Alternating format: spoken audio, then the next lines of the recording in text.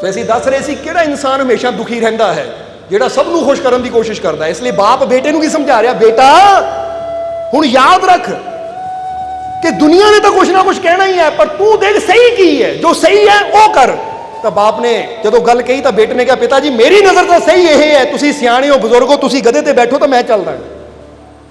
ਬਾਪ ਕਹਿੰਦੇ ਤੈਨੂੰ ਸਹੀ ਲੱਗਦਾ ਹੈ? ਕਹਿੰਦਾ ਹਾਂ, ਮੇਰਾ ਦਿਲ ਕਹਿੰਦਾ ਸਹੀ ਹੈ, ਕਿਉਂਕਿ ਮੈਂ ਨੌਜਵਾਨ ਚੱਲ ਸਕਦਾ ਹਾਂ, 10 ਕਿਲੋਮੀਟਰ ਚੱਲ ਸਕਦਾ ਹਾਂ, 20 ਕਿਲੋਮੀਟਰ ਚੱਲ ਸਕਦਾ ਹਾਂ, ਮੇਰੇ ਪੈਰ ਮਜ਼ਬੂਤ ਹੈ, ਤਾਕਤ ਹੈ, ਤੁਸੀਂ ਸਿਆਣੇ ਹੋ, ਹੁਣ ਦੁਨੀਆ ਕੁਛ ਵੀ ਕਵੇ ਤੁਸੀਂ ਬੈਠੋ। ਹੁਣ ਬੇਟੇ ਨੇ ਬਾਪ ਨੂੰ ਬਿਠਾਇਆ, ਲਗਾਮ ਫੜੀ ਯਾਨੀ ਨੁਕੇਲ ਫੜੀ ਗਧੇ ਦੀ, ਤੁਰ ਪਿਆ। ਦੁਨੀਆ ਗੱਲਾਂ ਕਰ ਰਹੀ ਹੈ ਪਰ ਬੇਟਾ ਗੁਨਗੁਨਾਉਂਦਾ ਹੱਸਦਾ ਜਾ ਰਿਹਾ, ਗੱਲਾਂ ਵੱਲ ਧਿਆਨ ਹੀ ਨਹੀਂ ਦਿੰਦਾ। ਜਦੋਂ ਗੁਨਗੁਨਾਉਂਦੇ ਘਰ ਪਹੁੰਚੇ ਤਾਂ ਬਾਪ ਨੇ ਉੱਤਰ ਕੇ ਬੇਟੇ ਨੂੰ ਗਲ ਨਾਲ ਲਾ ਲਿਆ, ਕਹਿੰਦਾ ਬਸ ਬੇਟਾ ਜ਼ਿੰਦਗੀ ਜੀਣ ਦਾ ਇਹੀ ਤਰੀਕਾ ਹੈ। ਸਮਝਦੇ ਹੋ ਕਿ ਨਹੀਂ? ਜਾਂਦੇ ਹੋਏ ਗਏ ਸੀ ਤਾਂ ਤੈਨੂੰ ਸਮਝਾਣਾ ਸੀ ਕਿ ਦੁਨੀਆ ਗੱਲਾਂ ਕਰਦੀ ਹੈ, ਜਦੋਂ ਅਸੀਂ ਚੱਲਣਾ ਹੈ ਨਾ, ਅਸੀਂ ਕੁਝ ਵੀ ਕਰਨਾ ਦੁਨੀਆ ਨੇ ਗੱਲਾਂ ਕਰਨੀਆਂ ਹੈ, ਪਰ ਜੇ ਦੁਨੀਆ ਦੀਆਂ ਗੱਲਾਂ ਸੁਣੋਗੇ ਤਾਂ ਅਸੀਂ ਜ਼ਿੰਦਗੀ ਦਾ ਸਫ਼ਰ ਕਦੀ ਖੁਸ਼ੀ ਨਾਲ, ਆਨੰਦ ਨਾਲ, ਸ਼ਾਂਤੀ ਨਾਲ ਤੈਅ ਕਰ ਹੀ ਨਹੀਂ ਸਕਦੇ। ਪਰ ਜਦੋਂ ਆਂਦੇ ਹੋਏ ਤੂੰ ਫੈਸਲਾ ਲੈ ਲਿਆ ਕਿ ਆਹ ਸਹੀ ਹੈ, ਇਹ ਸਹੀ ਹੈ, ਇਹੀ ਮੈਂ ਕਰਨਾ ਹੈ, ਔਰ ਜੋ ਸਹੀ ਹੈ ਉਹ ਕਰਨਾ ਹੈ, ਫਿਰ ਉਹ ਸੋਚ ਕੇ ਸਮਝ ਕੇ ਤੁਰ ਪਿਆ। ਦੁਨੀਆ ਨੇ ਗੱਲਾਂ ਫਿਰ ਵੀ ਕੀਤੀਆਂ ਪਰ ਤੂੰ ਧਿਆਨ ਗੱਲਾਂ ਵੱਲ ਨਹੀਂ ਦਿੱਤਾ, ਕਿਉਂਕਿ ਤੈਨੂੰ ਪਤਾ ਸੀ ਮੈਂ ਜੋ ਕਰ ਰਿਹਾ ਹਾਂ ਉਹ ਮੈਂ ਠੀਕ ਕਰ ਰਿਹਾ, ਮੈਂ ਠੀਕ ਕਰ ਰਿਹਾ। ਦੁਨੀਆ ਜੋ ਮਰਜ਼ੀ ਕਵੇ, ਤੂੰ ਆਂਦਾ ਖੁਸ਼ੀ ਦੇ ਨਾਲ ਆ ਗਿਆ, ਦੁਨੀਆ ਦੀ ਪਰਵਾਹ ਨਹੀਂ ਕੀਤੀ। ਤਾਂ ਦੇਖ ਲੈ ਸਫ਼ਰ ਸਾਡਾ ਕਿੰਨਾ ਸ਼ਾਂਤੀ ਨਾਲ, ਖੁਸ਼ੀ ਨਾਲ ਪੂਰਾ ਹੋ ਗਿਆ।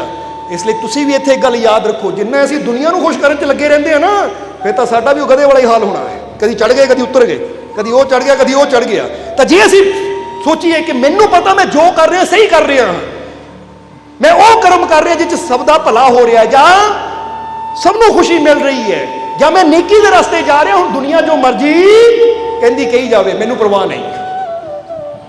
ਸਮਝਦੇ ਹੋ ਕਿ ਨਹੀਂ?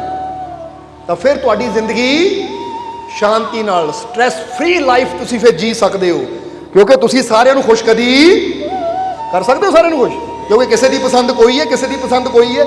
ਖੁਸ਼ੀ ਬੰਦਾ ਸਾਰਿਆਂ ਨੂੰ ਫੇਰ ਦੇ ਸਕਦਾ ਜੇ ਸਾਰਿਆਂ ਦੀ ਪਸੰਦ ਇੱਕੋ ਹੀ ਹੋਵੇ, ਪਰ ਹਰੇਕ ਦੀ ਪਸੰਦ ਅਲੱਗ ਹੈ, ਹਰੇਕ ਦੀ ਚੁਆਇਸ ਅਲੱਗ ਹੈ। ਹੁਣ ਹਜ਼ਾਰਾਂ ਚੁਆਇਸਾਂ ਵਾਲੇ ਲੋਕ ਬੈਠੇ ਹੈ ਤੇ ਇੱਕ ਬੰਦਾ ਹਜ਼ਾਰਾਂ ਨੂੰ ਖੁਸ਼ੀ ਕਿੱਦਾਂ ਦੇ ਸਕਦਾ ਹੈ? ਇਸ ਕਰਕੇ ਉੱਥੇ ਉਹਨੂੰ ਦੇਖਣਾ ਚਾਹੀਦਾ ਜੋ ਸਹੀ ਹੈ ਮੈਂ ਉਹ ਕਰਨਾ ਹੈ।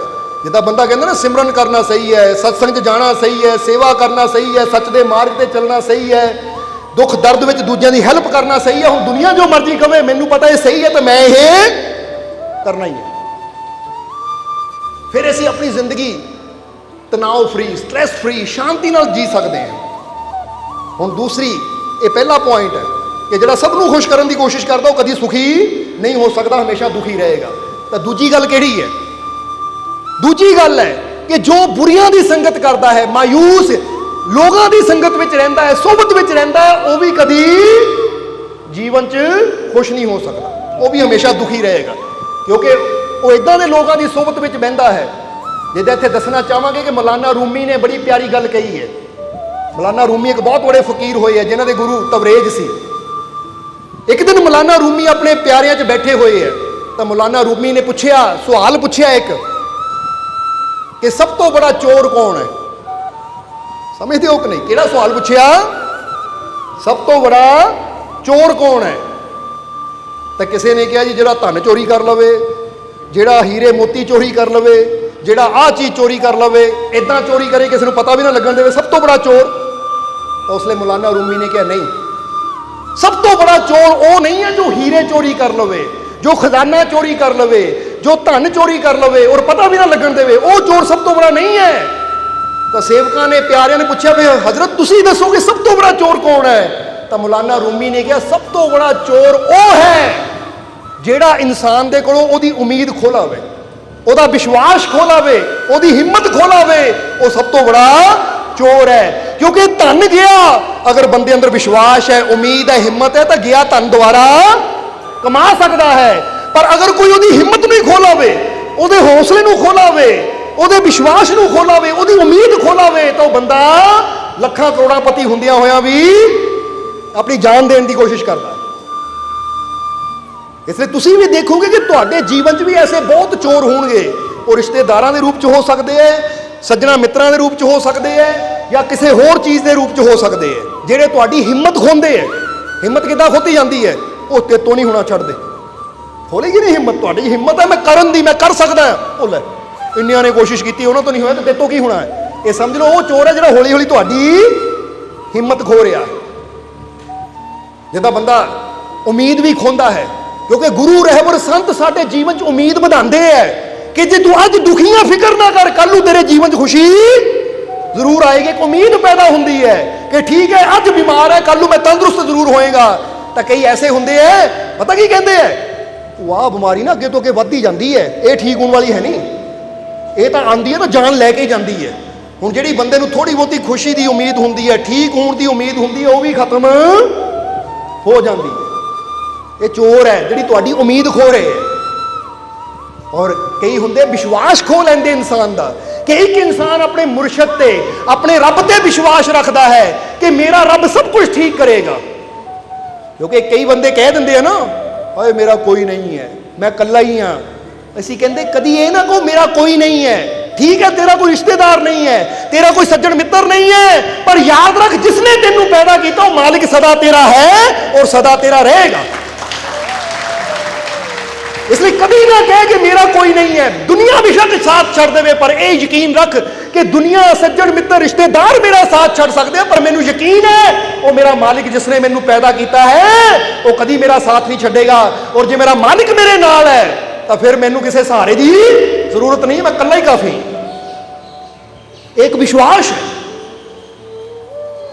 ਇਸ ਲਈ ਕਦੀ ਨਾ ਇਹ ਗੱਲ ਕਹੋ ਮੈਂ ਇਕੱਲਾ, ਮੈਨੂੰ ਆਹ ਨਹੀਂ ਪੁੱਛਦਾ, ਮੈਨੂੰ ਉਹ ਨਹੀਂ ਪੁੱਛਦਾ। ਨਹੀਂ, ਕੋਈ ਪੁੱਛੇ ਨਾ ਪੁੱਛੇ, ਮੈਨੂੰ ਵਿਸ਼ਵਾਸ ਹੈ ਆਪਣੇ ਰੱਬ ਤੇ, ਆਪਣੇ ਮਾਲਿਕ ਤੇ, ਜਿਸਨੇ ਮੈਨੂੰ ਪੈਦਾ ਕੀਤਾ ਹੈ।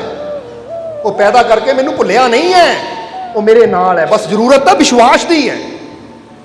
ਇਸ ਲਈ ਆਪਣੇ ਅੰਦਰ ਵਿਸ਼ਵਾਸ ਪੈਦਾ ਕਰੋ, ਯਕੀਨ ਪੈਦਾ ਕਰੋ। ਕਿਉਂਕਿ ਬਾਈਬਲ ਦੇ ਅੰਦਰ ਮੈਥਿਊ ਅਧਿਆਇ 7 ਸ਼ਬਦ 8 ਉਹ 'ਚ ਲਿਖਿਆ ਗਿਆ ਹੈ। ਕਿਉਂਕਿ ਚੈਪਟਰ ਹੈ 7, ਜ਼ਰਾ ਸਮਝਣਾ।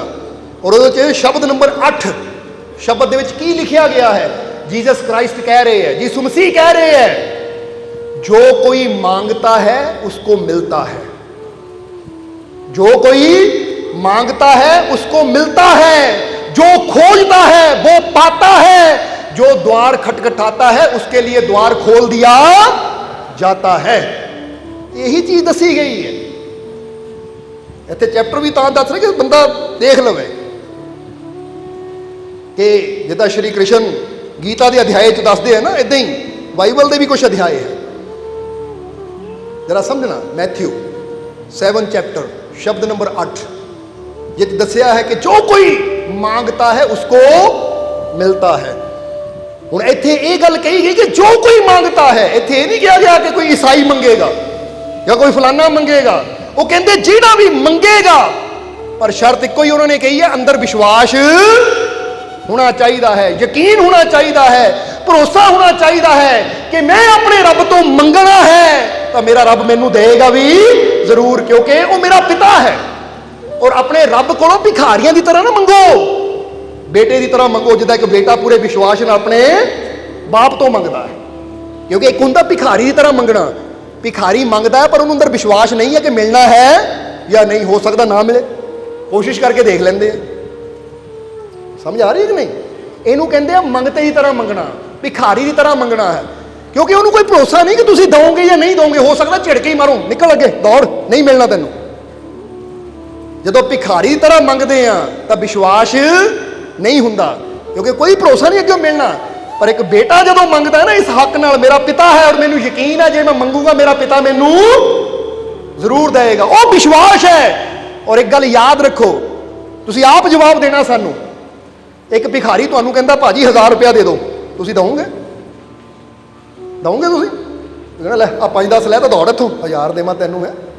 तो जे बेटा आके कहे डैडी मैनू 10,000 की लोड़ है, मेरा आ काम बड़ा जरूरी है, फिर तुसीं कहोगे दौड़ इत्थों। तुसीं कहना अच्छा बेटा काम है, आ लै 10,000, क्योंकि मेरा पुत मंग रहा, सब कुछ तेरा ही तो है, सब कुछ तेरा ही तो है।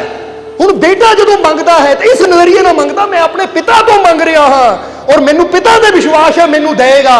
ਪਰ ਇੱਕ ਭਿਖਾਰੀ ਮੰਗਦਾ ਹੈ ਕਿ ਮੈਂ ਭਿਖਾਰੀ ਆ, ਇੱਕ ਮੰਗਤਾ ਆ ਤਾਂ ਇਹ ਮਾਲਕ ਹੈ, ਇਹਦੇ ਕੋਲ ਮੰਗਣਾ ਮੈਂ। ਇਸ ਲਈ परमात्मा तो भी मंगो तो इतना मंगो कि मैं अपने पिता को मंग रहा जिसने मैनू पैदा किया है, जिसने मैनू जिंदगी दी है। मैं अपने वो मालिक परमात्मा पिता को मंग रहा और मैनू यकीन है मेरा पिता समा आन ते मैनू देगा भी जरूर, क्योंकि मैनू विश्वास है अपने पिता पे, मैनू प्यार है अपने पिता नाल और मेरा पिता भी मैनू बहुत प्यार करता है, इसलिए उन्हें परम पिता कहा जाता है। तू मेरा पिता तू ही मेरा। गुरबाणी भी देखो कितना प्यारा संदेश दे रही है कि पिता माता सब कुछ वही है। भिखारी बन के ना जा, प्यार नाल जा। ये सोच के जब अपने बाप के दर ते है, अपने पिता के कोलों मंग रहा मैं, और बाप कदी बेटे नू या बेटी नू निराश नहीं कर सकता। मैनू यकीन है मेरा पिता मैनू देगा जरूर। और जे मैं कुछ मंगदा मैनू नहीं मिलिया, ਇਹਦਾ मतलब मेरा पिता इस तो भी अच्छा कुछ मैनू देना चाहता है। जिस तरह ही दसीदा ना क्या फर्क होता है खुदा और पीर में, वही जो फर्क होता है बादशाह और वजीर में। अगर कुछ मांगो और ना मिले तो समझ लेना कुछ और अच्छा लिखा है तकदीर में। जरा समझ लो, कई मेरा कुछ मंगते और नहीं मिलता, जिसका मतलब मेरे मालिक ने मेरे रब ने इस तो भी अच्छा कुछ मेरे वास्ते लिखिया है, क्योंकि मैं अपने मालिक नाल प्यार करता हाँ। इसलिए कभी भी ये गल ना को मेरा कोई नहीं है, क्योंकि क्यों भुल जाते हैं कि एक है मेरा जिन्हों मैं चाह के भी अपने तो दूर नहीं कर सकता, अपने तो जुदा नहीं कर सकता। बस सानू उत्ते विश्वास करने की लोड़ है। इसलिए जीसस क्राइस्ट कहते हैं जो कोई भी मांगता है उसको मिलता है, जेड़ा मंगता है पूरे प्रेम नाल विश्वास नाल उन्हें मिलता भी, जो खोजता है वो पाता है, जेड़ा खोजता वो पांदा भी जरूर है, और जो द्वार खटखटाता है उसके लिए द्वार खोल दिया।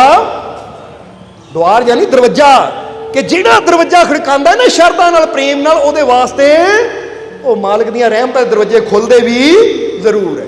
हुण दरवाजे की गल आई तो सानू हजूर गौस के जीवन का बड़ा प्यारा किस्सा याद आ गया कि एक दिन हजूर गौस बैठे सी अपने सहाबियां दे विच, अपने प्यारियां दे विच। तो उस वेले हजूर बैठे बैठे मुस्कुराए, यानी उन्हें चेहरे पर इन्नी स्माइल आ गई कि लिखिया है कि उन्होंने मुबारक दंद दिसने शुरू हो गए, जिदा खुल के हसे। एक सहाबी बड़ा प्यारा सी, उन्हें कहा हजूर ये मुस्कुराहट की हसी की वजह सानू भी दसो कि हजूर बैठे बैठे इन्ना क्यों हसे। हजूर कहते कि वो समा याद आ गया जो पहली बार मैं रब दे रहमत के दरवाजे ते पहुंचा सी, क्योंकि एक टाइम सी इबादत करदियां करदियां उस मंजिल ते पहुंचे जो रहमत का दरवाजा नजर आया, और वो रहमत के दरवाजे ते जो लिखिया सी ना वो लाइना याद आ गई तो चेहरे ते स्माइल आ गई, यानी मुस्कुराहट आ गई।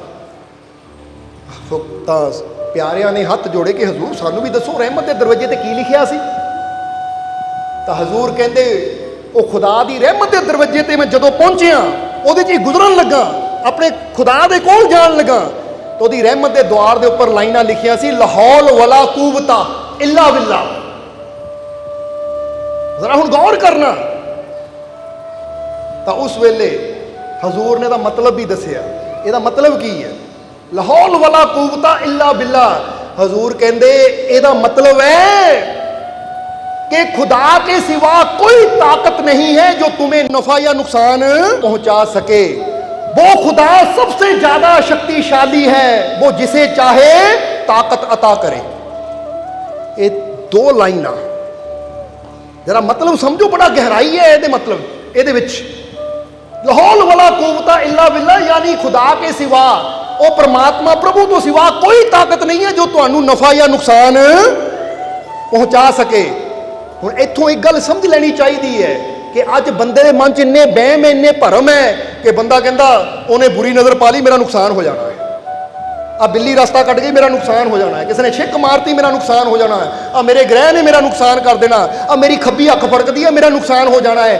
यानी बंदे ने किन्नियां चीज़ों नाल भावना जोड़ ली है कि मेरा नुकसान हो जाना है। तो हजूर कहते हैं कि रब की रहमत के दरवाजे ते लिखिया है कि रब तो सिवा कोई ताकत नहीं है जो तेनू नफा या नुकसान पहुंचा सके। जे तू इत्ते यकीन कर लवे तो तेरे बाकी सारे भरम ही खत्म हो जान कि अख ने मेरा की बिगाड़ना है, बिल्लियां मेरा की बिगाड़ सकदियां है। ये ग्रह मेरा की बिगाड़ सकते हैं, क्योंकि इको ही ताकत है जो किसी को फायदा या नुकसान पहुंचा सकती है। और मैनू अपने मालिक से इन्ना विश्वास है, उन्हें इन्ना प्यार है कि मेरा नुकसान कभी वो कर ही नहीं सकता। फिर मैं क्यों डरा, ये चीज़ों तो क्यों डरा, क्योंकि कोई चीज़ इन्नी ताकत नहीं रखती कि मेरा बुरा कर सके। पर बंदा इत्थे जरा गौर करो, बंदे ने किन्नियां चीज़ों नाल अच्छाई या बुराई नूं जोड़िया होया है। कई आ जाते मान लो खब्बी अख बड़ी फड़कती है, ये माड़ी होंदी है भाई, फिर डॉक्टर को चला जा, खब्बी अख कढ़ा के रख दे, ना रहेगा बांस ना बजेगी बांसरी है।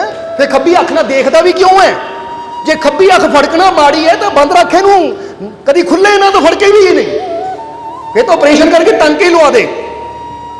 जरा समझना सारे ने कि बंदा अपने अंगां नूं भी शुभ अशुभ मन के बंदा बह जाता, दूजी तो गल ही छड्डो।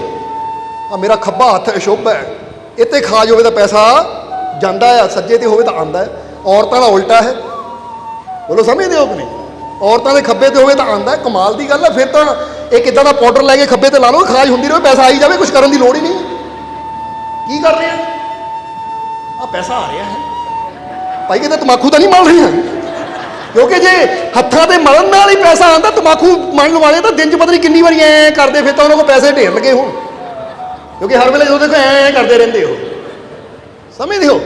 सो किदां दी लोगों की सोच है, किदां दा अज इंसान ने अपने माइंड नूं सैट किया होया है कि बुरियां चीज़ां ते इंसान ऐदां अपने मन नूं, ये चीज़ ने मेरा नुकसान कर देना है, वो किसी ने मेरा बुरा कर देना है, गुआंढी ने मेरा बुरा कर देना है। और हजूर कहते उसकी रहमत के दरवाजे से लिखा कि अल्लाह तो सिवा कोई ताकत नहीं है जो तेनू बुरा नफा यानी तेरा फायदा या तेरा नुकसान कर सके। नुकसान भी वही कर सकता, फायदा भी वही दे सकता है। हुण जदों इंसान को पता है कि नुकसान भी मेरा रब करता है, फायदा भी मेरा रब दिंदा है, तो मैनू अपने रब से इन्ना यकीन है, मेरे नाल इन्ना प्यार करता, मेरा नुकसान तो कभी वो करेगा नहीं। फिर मैं दुनिया तो की डरा कि कोई मेरा नुकसान कर देगा, क्योंकि दुनिया के हथ तो ये ताकत है ही नहीं मेरा नुकसान करने की, क्योंकि वही तो शक्तिशाली है। ये लाहौल वाला कुव्वता इल्ला बिल्लाह, खुदा के सिवा कोई ताकत नहीं जो तुम्हें नफा या नुकसान पहुंचा सके। हुण दूसरी गल इत्थे आंदी है कि पहले तो डर कट दो कि मेरा कोई नुकसान कर सकता है, क्योंकि दुनिया किसी की ताकत है नहीं। जे कोई कहे ना बड़ा अफसर है, ये बड़ा मिनिस्टर है, ये बड़ा फलाना है, ये मेरा नुकसान कर देगा, नहीं, ये भी वो ताकत है नहीं कि मेरा नुकसान कर सके, क्योंकि नुकसान करना फायदा करना तो रब के हथ च है। और वो जे वो मेरे नाल है, उससे मैनू विश्वास है, तो मेरा नुकसान कभी हो ही नहीं सकता। बल्कि जे अज बंदे नुकसान लगता भी सोचो भी मेरा कोई फायदा ही है। ये तो सोच के देखो तुम, अज तो 10 साल पहला कोई घटना तुहाडे नाल होई होवे ना बुरी, तो उन्होंने लिखो, याद करो, और अज सोचो तो बंदे लगता उदों होया सी तो अज मैं इन्ना, अज मैनू भी कोई ना कोई बेनीफिट ही होया, फायदा ही होया है। जरा समझना इस चीज़ को समझो। और फिर अगे की क्या है कि खुदा के सिवा कोई शक्तिशाली नहीं, वो जिसे चाहे ताकत अता करे, कि वो तो सिवा कोई शक्तिशाली है नहीं, वही जिन्हों चाहता है ताकत दिंदा है। इसलिए अपने रब ते विश्वास रखो, यकीन रखो कि मैनू फायदा देने वाला मेरा रब है, मेरा मालिक है, मेरा परमात्मा है। इसलिए जे मैं उत्ते यकीन रखूंगा तो मैनू इन्नी ताकत देगा कि जीवन च कोई मैनू कमी आएगी नहीं। हजूर कहते रहमत के दरवाजे ते लिखिया है, और जेड़ा इत्ते यकीन कर लेंदा है ना, ਉਹਦਾ फिर नुकसान नहीं हुंदा, ਉਹਨੂੰ इन्नी शक्ति मिलती चली जाती है कि हर हालात नूं वो बड़ी आसानी नाल संभालदा चला जाता है। फिर वो डरदा नहीं है, घबरांदा नहीं है, चिंता नहीं करता वो, बल्कि हर हालात विचों खुशी नाल गुजरदा चला जाता, क्योंकि उन्होंने ताकत ही इन्नी मिल गई, उन्होंने शक्ति इन्नी मिल गई। जिदा कई बार ऐसी जिक्र करीदा है कि एक रास्ते में कुछ पत्थर पे हुए है, पत्थर 50-50 किलो के है, रास्ता बंद है, एक इंसान जाता है, वो कमजोर है, वो तो 50 किलो का पत्थर हिलता नहीं है, वो वास्ते रास्ता बंद है, वो निराश होकर बह जाता है और कहता रब्बा इन्हां पत्थरों को दूर कर दे। पर दूजा इंसान स्ट्रोंग है, मजबूत है, शक्तिशाली है, वो जाता है, वो हिम्मत है, पत्थर चक के साइड पर कर दिंदा है और रास्ता खोल के अगे बढ़ जाता है। इसलिए ये ना रब नूं कहो कि रब्बा मेरी ये मुश्किल दूर कर, बल्कि ये कहो कि मेरे मालिक मैनू इन्नी शक्ति दे, इन्नी ताकत दे कि मेरे रास्ते जो भी मुश्किल आवे मैं उन्होंने हटा सका, मैं उन्होंने जित सका। ताकत मंगो अपने रब को, ਇਹ ਨਾ ਕੋਈ ਮੁਸ਼ਕਿਲ ਨੂੰ ਹਟਾ ਤੂੰ, ਇਹ ਮੁਸ਼ਕਿਲ ਨੂੰ ਤੂੰ ਦੂਰ ਕਰ, ਕਿਉਂਕਿ ਇੱਕ ਦੂਰ ਹੋ ਜਾਏਗੀ ਅੱਗੇ ਫਿਰ ਕੋਈ ਮੁਸ਼ਕਿਲ ਆ ਜਾਏਗੀ, ਫਿਰ ਉਹਦੇ ਵਾਸਤੇ ਰੱਬ को प्रार्थना करनी पेगी। बल्कि ये मंगो, ऐ मेरे मालिक मैनू इन्नी ताकत दे, इन्नी हिम्मत दे, इन्ना हौसला दे कि कोई भी मुसीबत मेरे रास्ते च आवे तो मैनू आसानी ना हटा सका, कोई उलझन मेरे रास्ते च आवे मैं ਉਹਦਾ हल कर सका। इन्नी अकल दे, समझ दे, हिम्मत दे, ताकत दे। क्योंकि जदों तुसीं ये कहंदे हो रब्बा ये मुसीबत नू दूर कर, तो तुसीं कमज़ोर ही रहिंदे हो, किसी होर दी हेल्प मंगदे हो। पर जदों तुसीं कहंदे हो रब्बा मैनू ताकत दे कि मैं ये मुश्किल का हल कर सका, तो तुसीं अपने आप नू मजबूत करदे हो, अपने आप की शक्ति नू बढ़ांदे हो। फिर तुहाडे रास्ते च ये रुकावट आवे, अगली आवे, उस तो अगली आवे, तुसीं हर रुकावट नू दूर करते चले जाते हो, क्योंकि तुसीं शक्ति मंगी। समझदे हो कि नहीं? एक बड़ी प्यारी गल होर याद आ गई कि दो बच्चे जा रहे सी स्कूल जाण च लेट हो गए, क्योंकि स्कूल लगना सी 9 बजे। तो हुण वो लेट हो गए, देखिया कि 10 मिनट रह गए है स्कूल शुरू होने नूं और असीं लेट हाँ। तो एक बच्चा हथ जोड़ कहता हे परमात्मा कृपा कर टाइम ना स्कूले पहुंच जाइए। वो हथ जोड़ के अखां बंद करके खड़ा है। तो दूजा बच्चा वो कहता ओए प्रार्थना नहीं करनी, चल दौड़िए, और दौड़ते दौड़ते प्रार्थना करिए। हुण दूजा बच्चा दौड़ पिया तेजी नाल, और दौड़दा दौड़दा रब नूं कह रहा है रब्बा मैं अपने वालों कोशिश कर रहा, रहमत करी कि मैं सही सलामत टाइम ना स्कूले पहुंच जावां। एक खड़ के प्रार्थना कर रहा है कि रब्बा कृपा कर टाइम ना बजा दें। एक अपने वालों दौड़ भी रहा है, नाल मनी मन प्रार्थना भी कर रहा है। हुण टाइम ते कौन पहुंचेगा? जिहड़ा खड़ के फरियाद कर रहा है, जिहड़ा कोशिश भी कर रहा है और नाल नाल प्रार्थना भी कर रहा है? जवाब दिओ जरा, क्योंकि जिहड़ा खड़ा है वो पहले लेट है, हुण खड़न दे नाल होर भी लेट हो जाएगा। पर दूसरा दौड़ रहा है तेजी नाल, नाल दिल परमात्मा नूं कह भी रहा है। इत्थों पता लगता वो कोशिश भी कर रहा है, तो नाल रब अगे प्रार्थना भी कर रहा है कि मैं कोशिश कर सकता है, परमात्मा कृपा करी कि ठोकर ना लगे, गिरा ना, मैं सही सलामत मंजिल ते पहुंच जावां। तो हुंदा की है, जिहड़ा बच्चा मेहनत करदा, दौड़दा, प्रार्थना करदा, वो सही सलामत पहुंच जाता, दूजा खड़ के लेट ही हो जाता है। इत्थों तुहानूं भी यही कहांगे कि सिर्फ यही ना सोचिए कि मैं बीमार हाँ रब्बा कृपा कर दे, नाल नाल मैं कोशिश भी करनी है कि थोड़ी सैर करा, थोड़ी एक्सरसाइज करा, थोड़ी मेहनत करा, ताकि मैं अपने आप फिट भी रखा, नाल नाल रब को भी मंगना है। पर एक बंदा की करता है, रब्बा मैनू तंदुरुस्ती दे, बैठा बैठा खुराकां छड्डणियां नहीं, समोसे खाई जाने, भटूरे खाई जाने, मिठा खाई जाना, रब्बा मैनू ठीक कर दे। तो रब ने कहना मूँह तो बंद कर, फिर ही ठीक करूँ। खानों हटदा नहीं, सैर करनी नहीं, हैल्थ का ख्याल रखना नहीं, तो फिर कहना रब्बा मैनू तंदुरुस्ती दे। मैं तंदुरुस्ती दूंगा, पर उहदे नाल नाल तुम ही कोशिश तो कर दे रहा, पता तो लगे कि तुम ही तंदुरुस्ती वास्ते कुछ कोशिश कर रहे हैं। समझ रहे हो कि नहीं? इस करके हजूर ने जो किया, लाहौल वाला कुव्वता इल्ला बिल्लाह, ये गल दिल च बसा लो कि खुदा अल्लाह के सिवा, परमात्मा के सिवा कोई ताकत नहीं जो तुम्हें नफा या नुकसान पहुंचा सके। तो फिर जदों बंदा ये मानता है कि फायदा देना भी रब के हाथ है, नुकसान करना भी रब के हाथ है, तो मैं अपने रब से यह भी विश्वास रखना है कि एक बाप कभी अपने बच्चे का नुकसान होने नहीं देगा। मैनू यकीन है, पर फिर भी जे असीं यकीन करी जाइए आ फलाने ने नुकसान कर देना मेरा, आ फलाने ने मैनू घाटा पा देना, आ फलाने ने कर दे, ਇਹਦਾ मतलब असीं सोचते ਇਹਦੇ हत्थ ताकत है मैनू नुकसान पहुँचाने की, फिर आप रब ते यकीन करना बंद कर देंगे। तो जे यकीन रखिए कि पूरी दुनिया भी मिलके जोर ला लावे मेरा बुरा नहीं कर सकती, क्योंकि बुरा करना चंगा करना मेरे रब के हथ च है, और मैनू उहदे इन्ना प्यार है, इन्ना यकीन है कि मेरा बुरा कभी मेरा रब होने नहीं देगा। फिर पूरी दुनिया भी तुहाडी एंटी होवे ना, दुश्मन होवे, तुहानूं डर नहीं होएगा, क्योंकि पता पूरी दुनिया भी मेरा नुकसान नहीं कर सकती, क्योंकि लिखिया होया उहदी रहमत के दरवाजे ते एक ही ताकत है जो तेरा नफा या नुकसान कर सकती, वो है परमात्मा, वो है प्रभु। और जे मैं उहदा बच्चा तो एक बाप कभी अपने बच्चे का नुकसान तो कर ही नहीं सकता। और दूसरी गल, वो सबसे शक्तिशाली है, वो जिसे चाहे शक्ति अता करे। इसलिए जिहड़ा उत्ते विश्वास रखता है ना, यकीन रखता है अपने रब ते कि वो सब तो शक्तिशाली है, फिर उसकी ताकत उन्होंने मिलनी भी शुरू हो जाती है। इसलिए मौलाना रूमी ने कहा सब तो बड़ा चोर वो है जो साडी की खोलावे, हिम्मत खोलावे, साडा हौसला खोलावे, साडा विश्वास खोलावे, और जो साडा की खोलावे, जरा गौर कर लो, उम्मीद।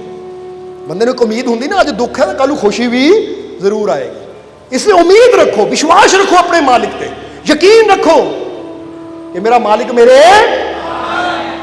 कि आज दुख है तो कल नूं खुशियां भी जरूर आउणगियां। इसलिए गल हमेशा याद रखो।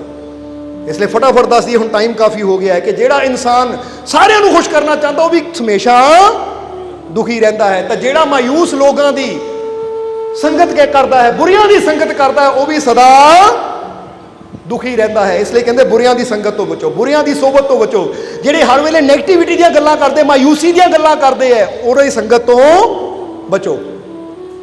और तीसरा इंसान, यानी तीसरा स्टेप की है, सब्सक्राइब कीजिए सर्व संध्या दरबार कांटिया शरीफ चैनल को और बेल आइकन दबाइए मालिक जी की लेटेस्ट सत्संग की वीडियो को सबसे पहले देखने के लिए।